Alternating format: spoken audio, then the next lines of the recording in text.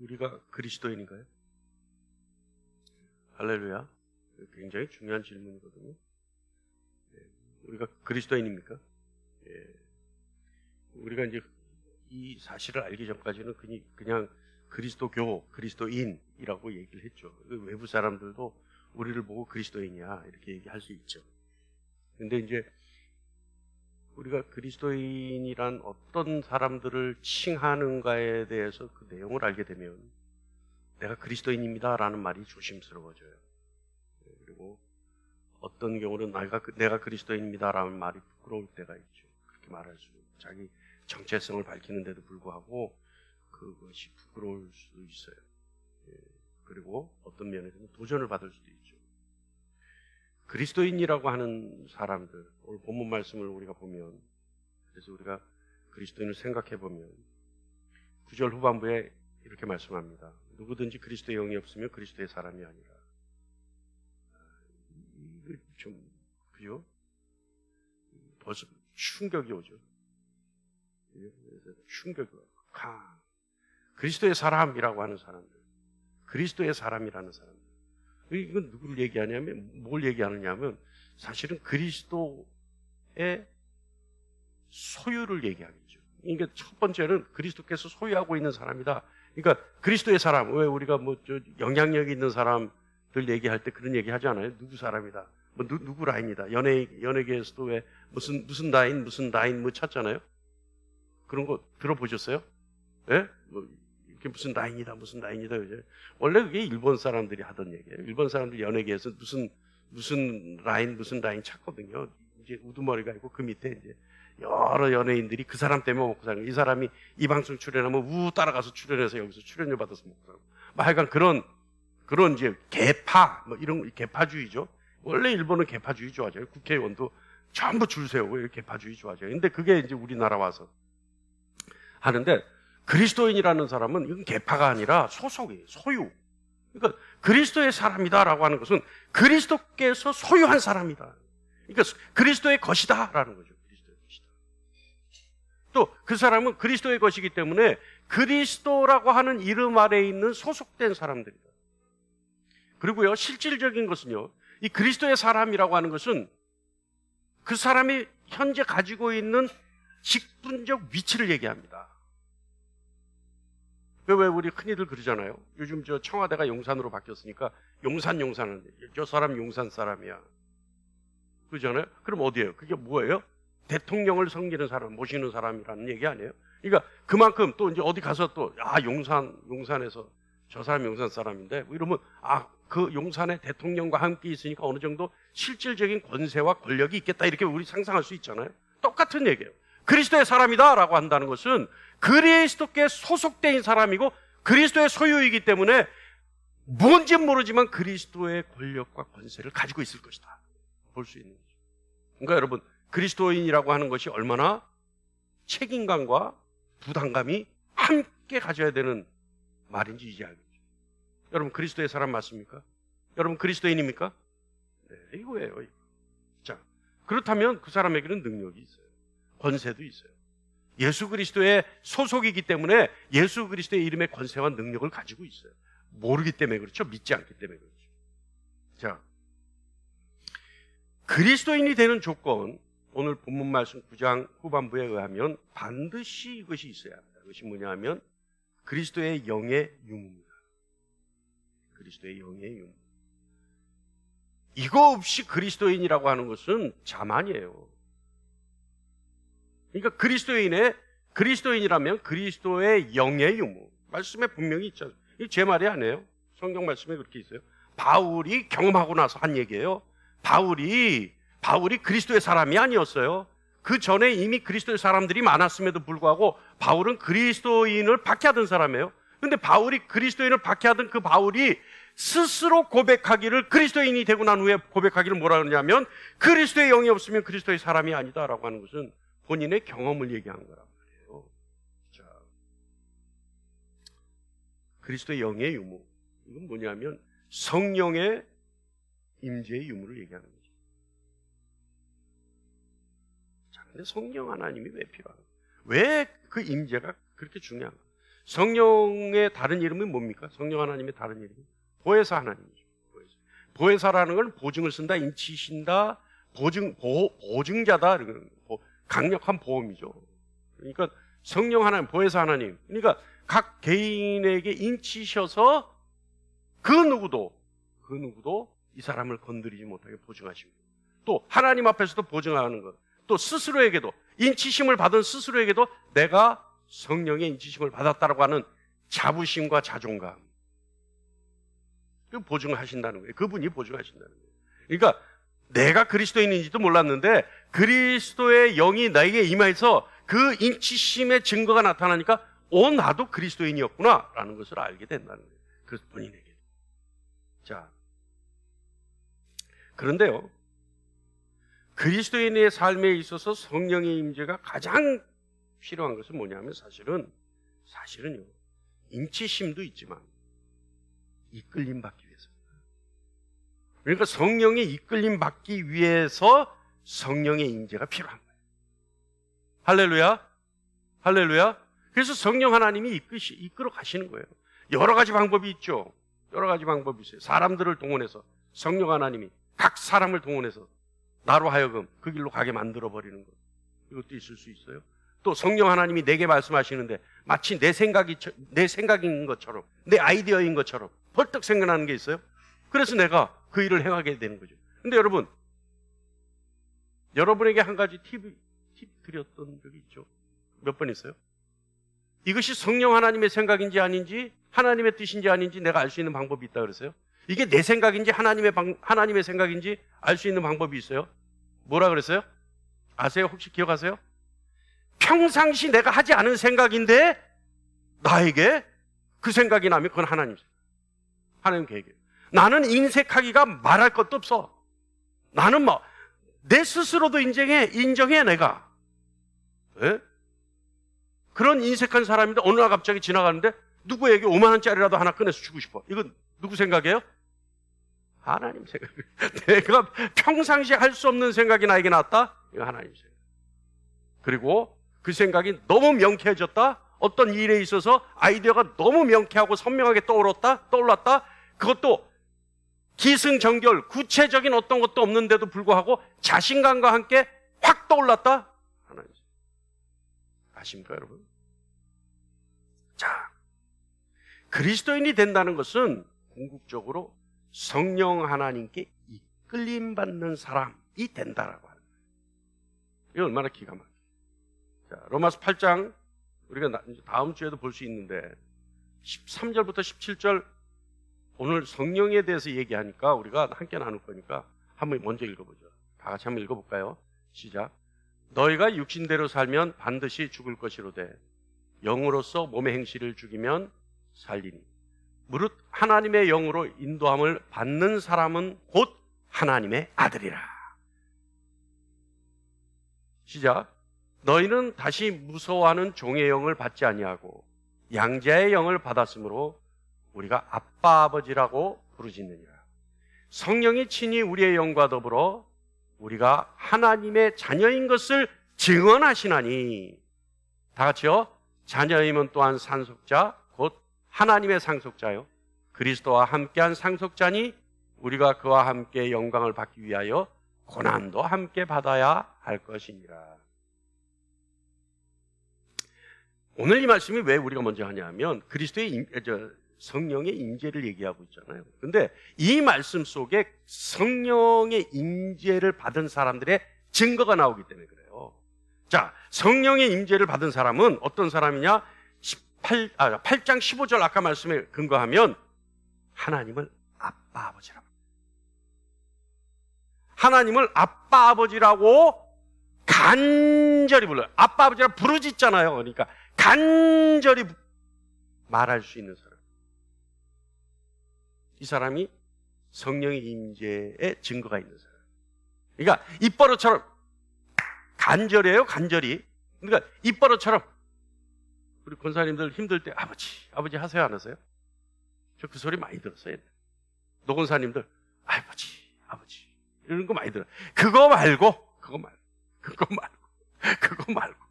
정말 간절하게 내가 하나님을 이렇게 부를 수 있는 사람. 그러니까 무릎 꿇어서 손 모으고 아버지 부를 수 있는 사람. 예수님이 그러셨잖아요. 간절하게 아버지 왜 나를 버리셨나요? 이런 간절함이 있는 사람, 그래서 그 하나님을 아빠 아버지라 부르는 사람은 어떤 사람이다? 성령의 임재의 증거를 가지고 있는 사람. 그리고 그 간절함은 어떤 것을 내포하냐면 하나님을 아버지라고 여기고 안정과 인도함을 구할 수 있는 사람. 그러니까 아버지 할 때 뭐예요? 나를 버리지 마시고 나를 붙잡으시고 인도하시고 나를 이끌어 가주십시오. 이럴 수 있는 사람. 제일 그런 기도를 많이 한 사람이 누구예요? 키스. 딸랑딸랑 여기 저기 문화상품권 맞히는 사람 문화상품권. 여기 복굴복이야. 10,000원짜리도 있고 5,000원짜리. 누구예요? 이래서 또 문화상품권 여기 갖다 놓은 지가 2년째예요. 한 번도 맞히는 사람이 없어. 교회 재정이 문화상품권 재정이 남아돌아 지금. 다윗이 그래. 다윗의 시편을 보면요, 아버지예요 다. 어찌하여 나를 버리시나이까. 나를 이대로 두시면 하나님 나의 원수가 내 앞에서 나를 조롱하기를. 얼마나 간절한지 몰라요. 나를 안전한 곳으로 인도해 주시고 나를 보호해 주시고. 오늘서부터 읽어보세요. 특히 시편 13장 읽어보세요. 시편 13편 읽어보세요. 구구절절히 아버지예요. 아버지. 네? 그런 사람은 어떻다? 하나님의 영의 임재가 증거가 있는 사람. 기가 막히죠. 두 번째는 우리가 조금 전에 읽었던 14절입니다. 14절. 이 말씀에 근거하면 하나님의 영으로 인도함을 받는 사람은 곧 하나님의 아들. 그러니까 뭐예요? 영의 인도함을 받는 사람. 그러니까 영을 통해, 성령을 통해 하나님의 말씀을 자신의 삶의 지침으로 여기는 사람. 하나님의 말씀에 감동돼서 사는 사람. 그죠? 그래서 이 하나님의 명령에 내가 복종하는가? 그 사람은 성령의 임재가 증거가 있는 사람. 여러분, 하나님 말씀에, 성령이 주시는 하나님의 말씀에 감동에 복종합니까? 그랬을 때 증거가 있는 사람이라는 거예요. 지나가던 거린에게, 야, 너 주머니에 5만 원 있으니까 그거 저 사람한테 줘라. 안타깝다. 저 사람 저거 없으면 오늘 저녁 어떻게 될지 모른다. 그런 생각이 내 생각이 아닌데 어느 날 물뜩 나한테 났어. 주머니 보니까 진짜 5만 원밖에 없어. 차비도 없어. 아이고, 이건 아닌데. 내 생각. 그때 주로들 뭐라 그래요? 뭐라고 생각해요? 그때 주로? 내가 이제 미쳤나 봐. 별 생각을 다 하네. 이제는 갈 때가 됐나 봐요. 네? 그렇게 생각한단 말이에요. 근데 그게 아니에요. 내가 생각하지 못한 생각이면 무조건 어떻게 해야 돼요? 순종해야 되는데 진짜 그때 순종할 수 있는가? 진짜 순종할 수 있는가? 여러분에게 그 증거가 넘치도록 나타나기를 축원합니다. 세 번째는요, 우리가 영으로서 육신의 행실을 죽이면서 살아가고 있는가? 그러니까 뭔가 의식하고 살아가고 있는가? 하나님의 영의 그 가르침에 의식이 있는가? 우리가 늘 민감하게 반응하고 있는가? 하나님은 어떻게 생각하실까라고 생각하고 있는가? 하나님은 나를 지금 뭐라고 바라보실까라는 생각을 하고 있는가? 중요하다는 거죠. 그래서 어떤 상황, 세상과 맞닥뜨리는 어떤 유혹 속에서도 하나님의 영으로부터 구원을 바라고 있는가? 그래서 그분이 나의 구원의 손길을 내미는 그 하나님의 방법에 민감하게 내가 관찰하고 있는가? 그리고 내 이 행동을 멈추기를 기도할 수 있는가?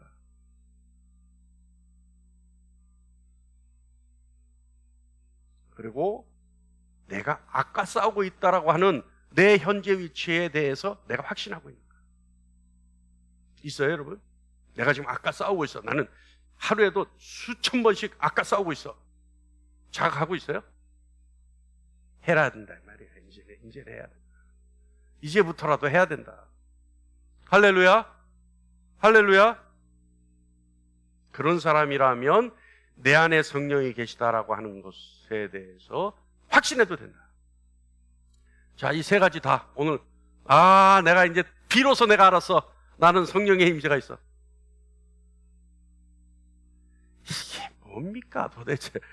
옛날에 양주동 박사가 답답하면 이게 뭡니까? 그러더만 이게 뭡니까? 양주동 박사 아니지? 그 사람 누구지? 그 누구죠? 저 누님이 왜 저 이대 충장하셨던 김동길 박사님.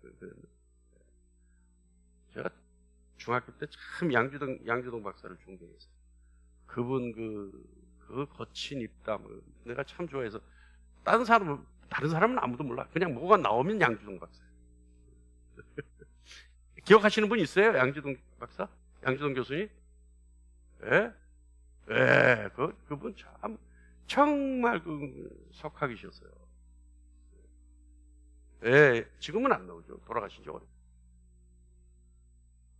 그래요. 할렐루야. 우리 저 권사님 신앙심이 얼마나 깊으면 시공을 넘나들고. 자, 그러면 이제 성령을 받는 법이 어떤 거냐? 성령은 어떻게 받느냐?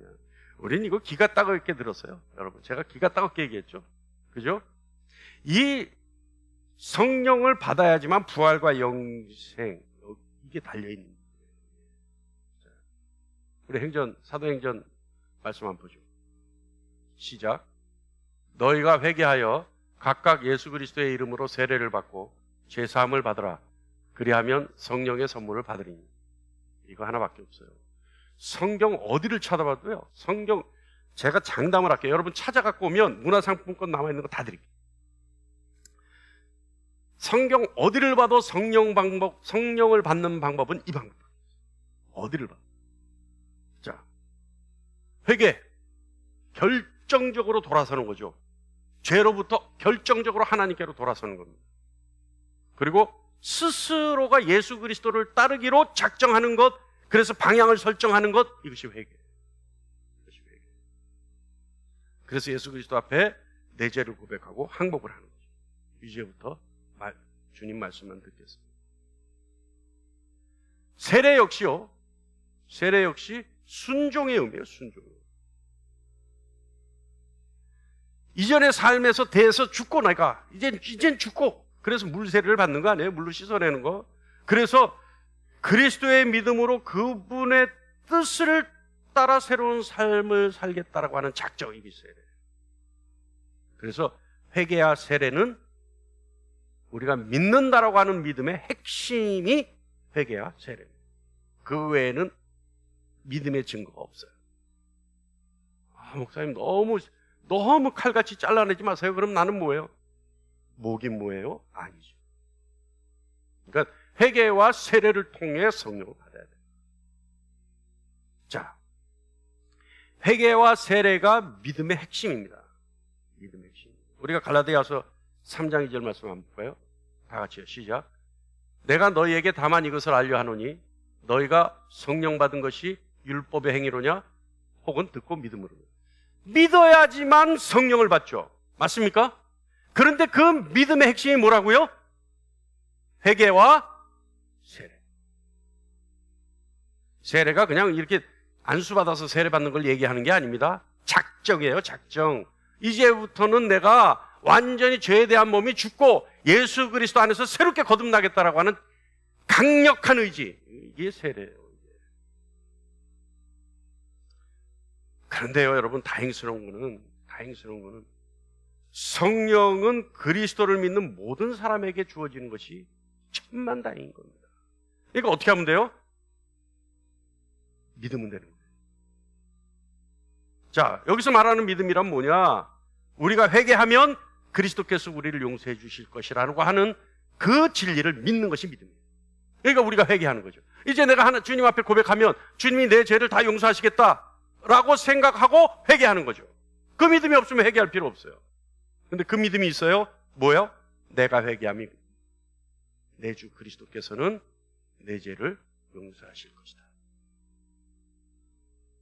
그리고 그리스도께서 살아갈 방법을 보여주실 것을 믿는 것이 믿음이고, 또한 따라갈 것을 작정하는 것이 믿음입니다.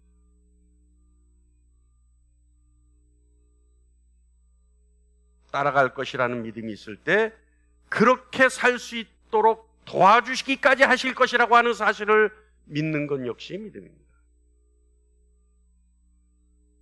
그래서 그 주님을 따라갈 때 나의 미래는 가장 좋은 것으로 채워주실 것이라고 하는 사실을 믿는 것, 이것이 믿음입니다. 할렐루야! 할렐루야! 그 믿음의 결과로 뭘 한다고요? 회개와 세례를 한다.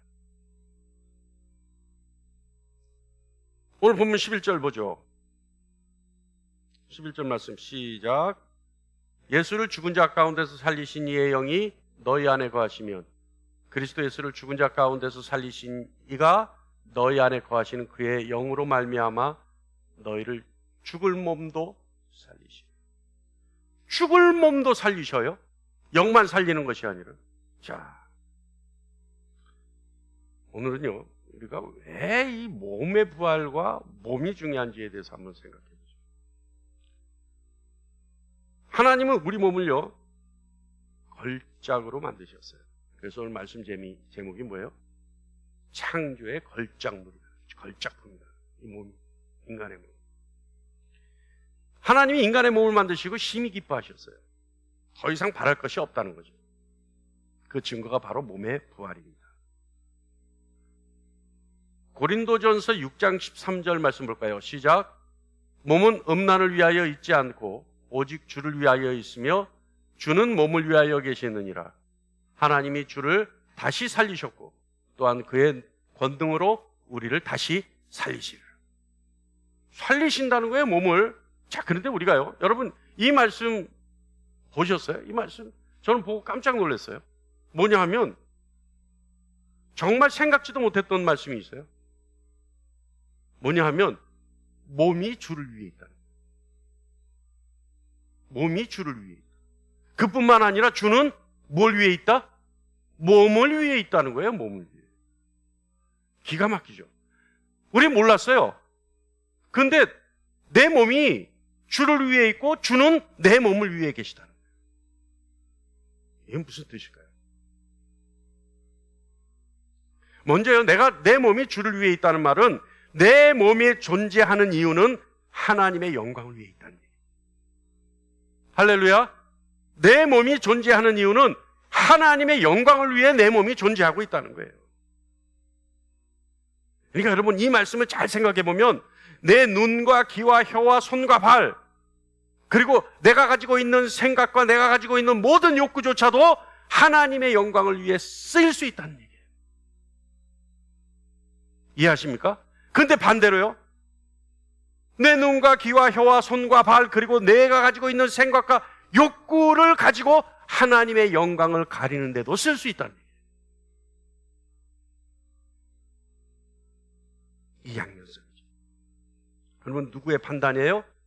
성령의 이끄심을 받는 내가 성령의 이끄심대로 복종하느냐에 따라서 내 몸이 영광이 될 수 있고 영광을 가릴 수도 있는 거죠.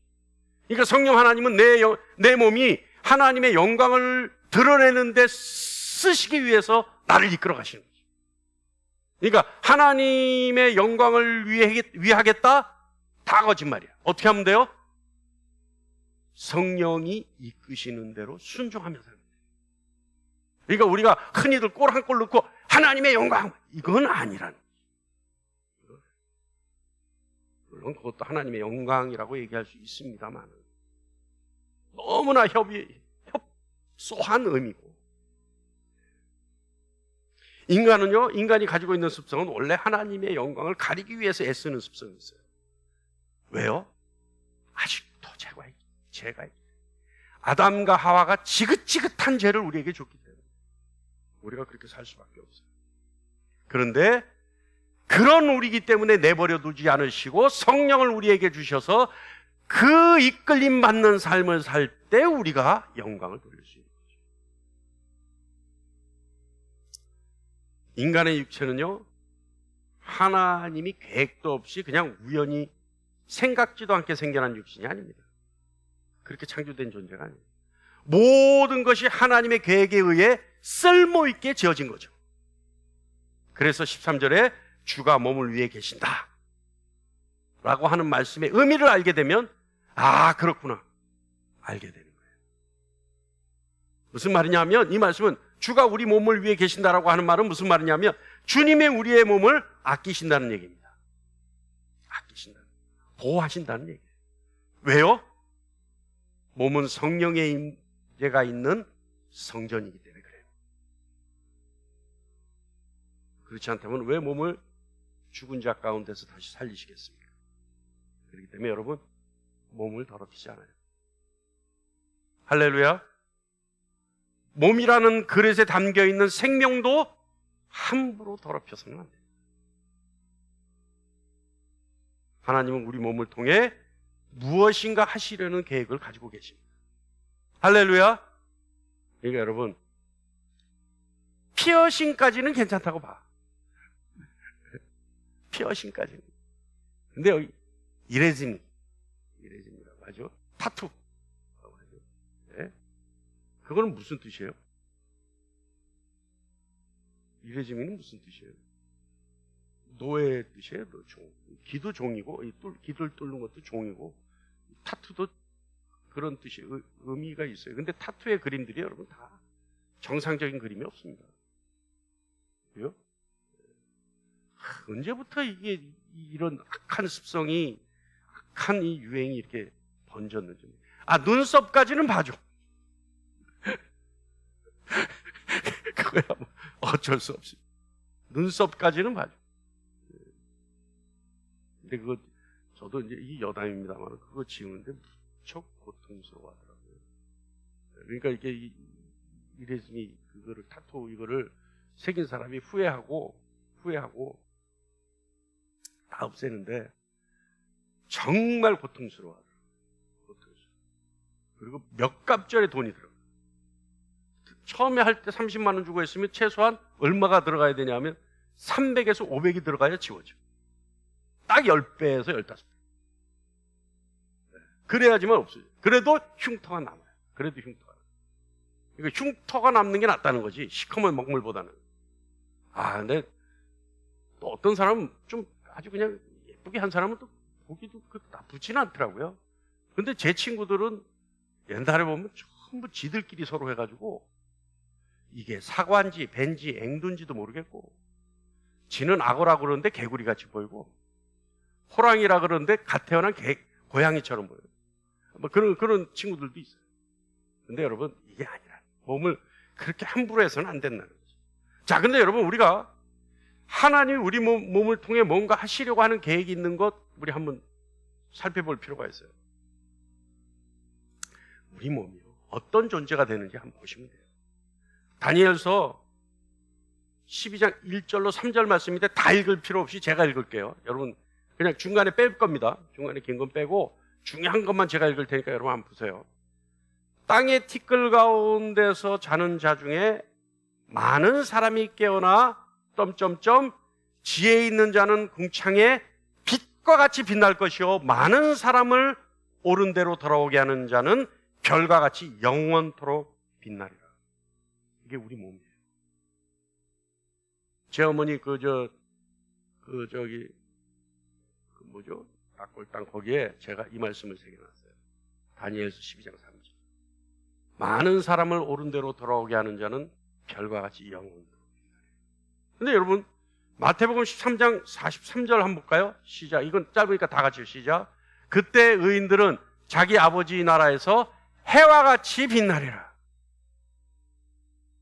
이 해와 같이 빛난다는 것은 예수님이 부활하신 후에 직접 보여주셨어요. 그래서 마태복음 17장 2절 말씀 보면 시작. 그들 앞에서 변형되사 그 얼굴이 해같이 빛나며 옷이 빛과 같이 휘어졌더라. 아, 이거 부활 후가 아니네요.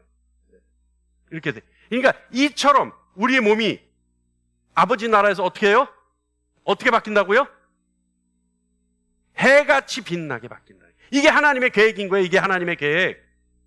빌립보서 3장 21절 다 같이요. 시작. 그는 만물을 자기에게 복종하게 하실 수 있는 자의 역사로 우리의 낮은 몸을 자기 영광의 몸의 형체와 같이 변하게 하시리라. 어때요? 썩어질 몸이지만 부활 후에 어떻게 하신다고요? 하나님이 주님의 해같이 빛나는 형상으로 바꾸신다. 이게 하나님의 우리 몸에 대한 계획입니다. 할렐루야.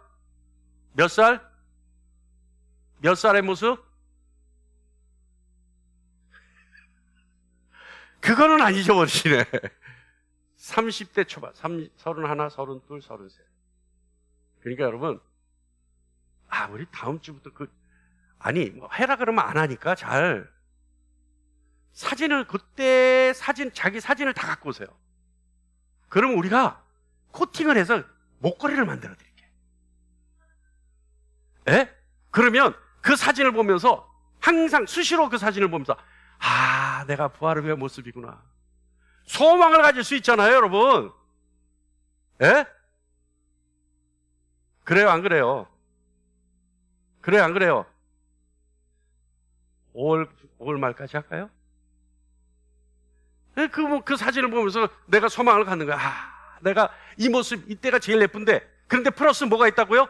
그 안에 주님의 형상으로 해같이 빛나는 영광의 모습까지 더해진다는 거예요, 이게. 할렐루야! 그게 하나님의 계획인 거예요, 여러분. 그래서 여러분, 하나님은 인간을 육신을 가진 존재로 창조하셨죠. 그렇기 때문에 하나님은 인간의 몸이 엉망이 되고 일그러지고 나약하고 질병에 시달려서 망가졌다 하더라도 죽은 몸을 다시 살리십니다. 그래서 아주 건강하고 강하게 아름답게 만드실 것입니다. 그래서 여러분, 우리가 서로 부활 후에 우리 모습을 보면서 당신은 정말 태양같이 빛나는군요. 이렇게 얘기할 수 있다는 거예요. 당신은 영원히 영원하신 예수 그리스도의 형상이, 그 영광의 형상이 당신에게 담겨 있군요. 이렇게 얘기할 수 있다는 거예요.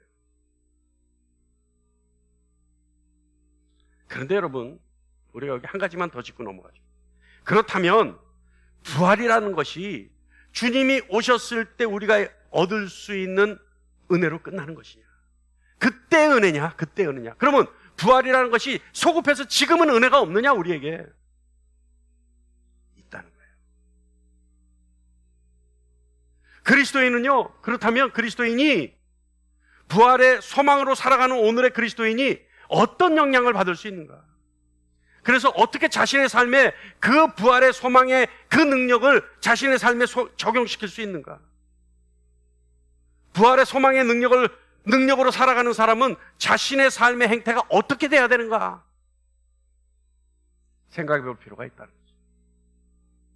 누가복음 14장 12절 14절까지 말씀 한번 보겠습니다. 다 같이요, 시작.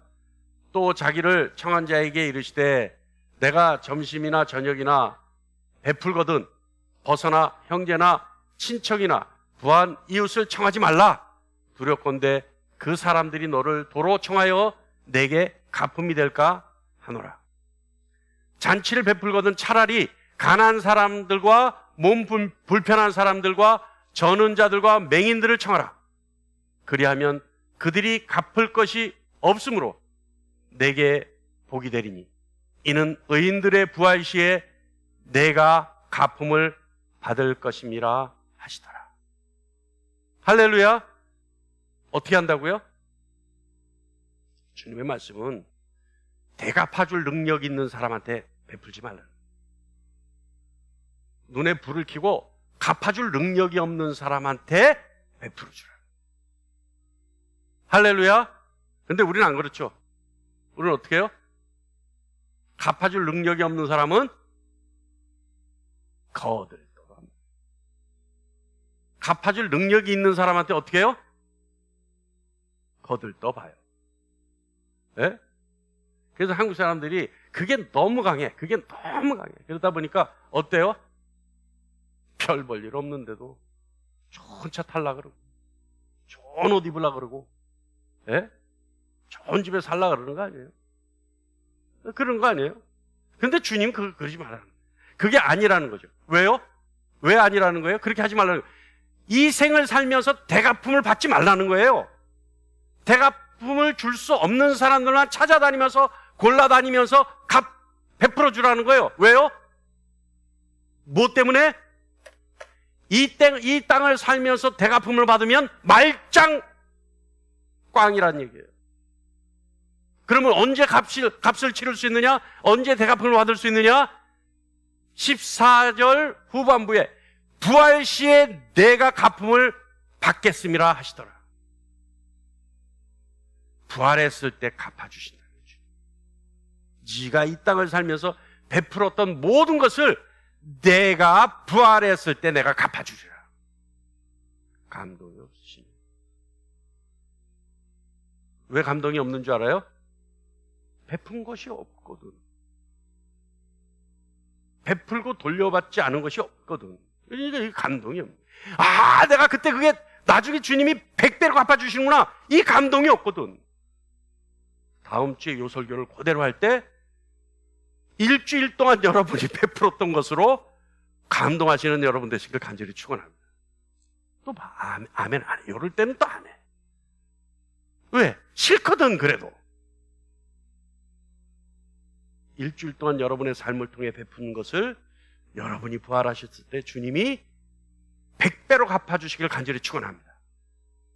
싫어하지 마시고. 여러분,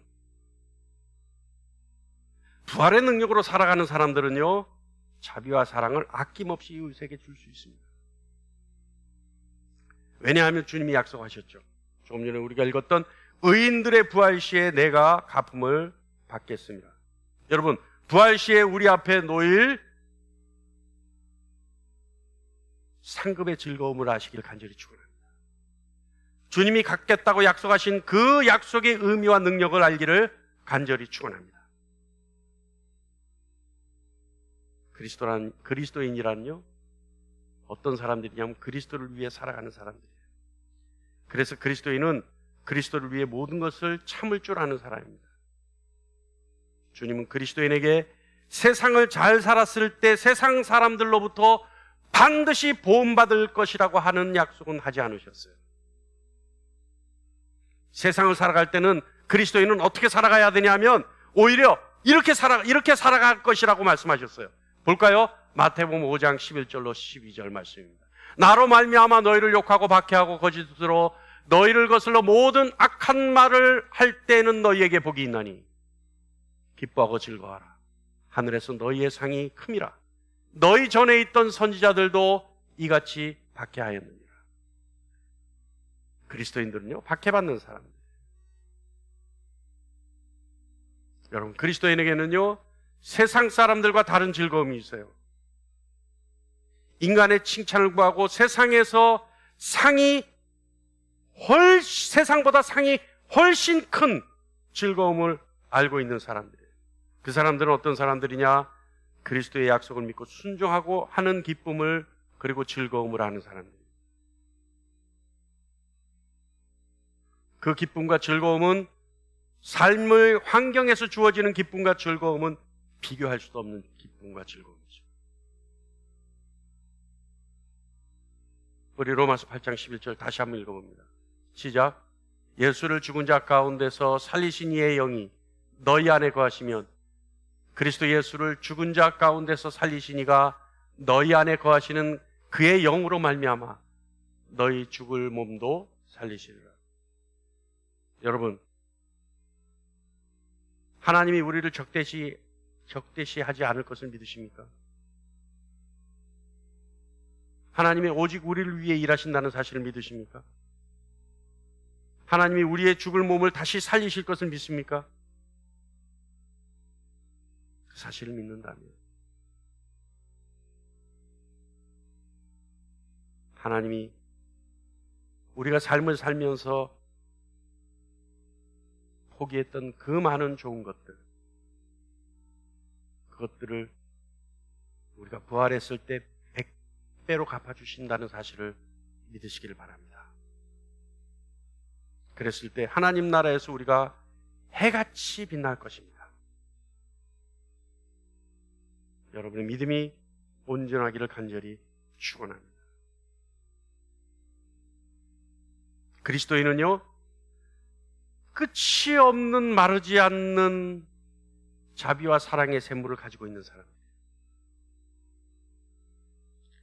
자비와 사랑의 대상이 감사를 대신해서 원망을 한다 하더라도, 자비와 사랑의 대상이 기쁨 대신에 나에게 분노를 일으킨다 하더라도, 자비와 사랑의 대상이 즐거움 대신에 나를 향해 노염을 표한다 하더라도, 상대의 어떤 반응에도 상관없이 변함없이 하나님이 부르신 뜻대로 선한 일을 할 수 있는 사람들이 그리스도인들입니다. 그리스도인들은 끝없이 자비와 사랑을 베풀 수 있는 사람들입니다. 주님의 상급은 언제나 우리의 부활 후에 있어요. 그래서 주님의 약속을 믿는 사람은 사람에게 인정받으려 하지 않습니다. 세상에서 인정받으려고 애쓰지 않습니다.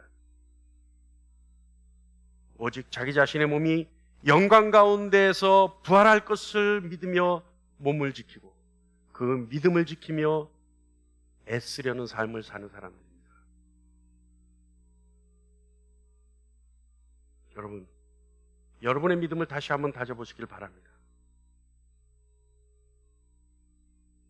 하나님께서 예수를 죽은 자 가운데서 살리셨다라고 하는 사실을 나는 믿는가? 예수님이 이제는 땅과 하늘과 죽음과 지옥에서 왕으로 다스릴 수 있는 높고 높고 영광 가운데 계신 분이라는 사실을 나는 믿는가? 그렇다면 나 자신이 영광을 얻을 수 있도록, 그래서 나를 죽음 가운데서 다시 살리실 것을 믿고 있는가? 그리고 나의 몸이 해같이 빛날 그 영광 가운데 있어야 한다고 하나님이 나에 대한 계획을 가지고 계신다는 사실을 나는 믿는가?